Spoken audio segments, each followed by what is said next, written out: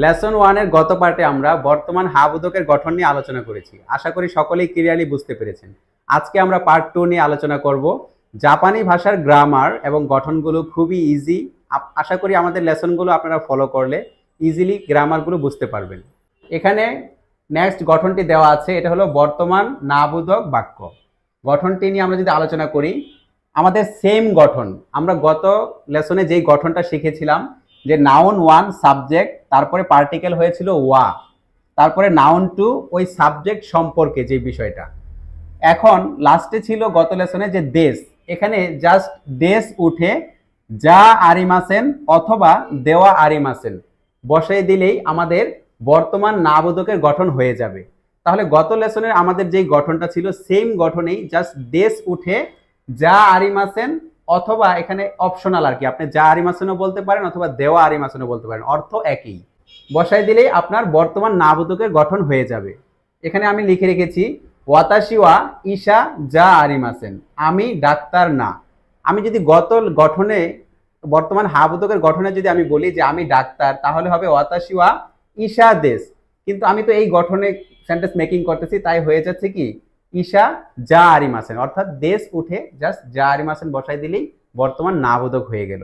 কারিনা সানওয়া গাকুসেই দেওয়া আরিমাসেন, আমি এখানে যার পরিবর্তে যেহেতু দেওয়াও বসাতে পারি, তাই আমি এখানে দেওয়া বসিয়ে দিয়েছি। কারিনা সানওয়া গাকুসেই দেওয়া আরিমাসেন, কারিনা সান ছাত্র না।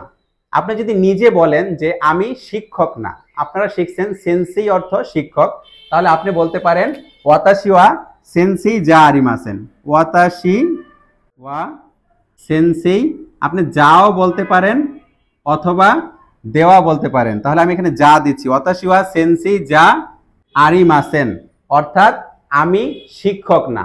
তো আপনারা এভাবে চেঞ্জ করে করে নিজে থেকে কিন্তু সেন্টেন্স মেকিং করতে পারবেন। আশা করি আপনারা এই পার্টটুকু বুঝতে পেরেছেন। 3 নম্বর গঠনে আমরা প্রশ্ন করা শিখব। জাপানিজ ভাষায় প্রশ্ন করা খুবই ইজি। আপনি বাক্যের শেষে শুধু কা যুক্ত করে দিলেই প্রশ্ন তৈরি হয়ে যাবে। আমরা যদি দেখি এই গঠনটা আমাদের পূর্বেই শেখা, N1 ওয়া N2 দেশ, এটা হলো বর্তমান হাবোধকের একটা গঠন। শেষে শুধু কা বসিয়ে দিয়েছি, আমাদের প্রশ্নবোধক গঠন হয়ে গিয়েছে। উদাহরণটা যদি আমরা দেখি, মিরা সানওয়া গাকুসেই দেশকা, মিস্টার মিরার কি ছাত্র।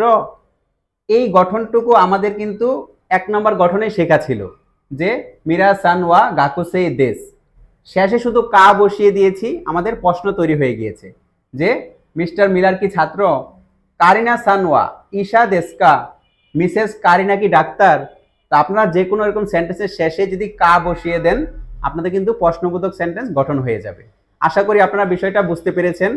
জাপানি ভাষার এরকম সহজ গ্রামার পেতে আমাদের লেসনগুলো ফলো করতে পারেন।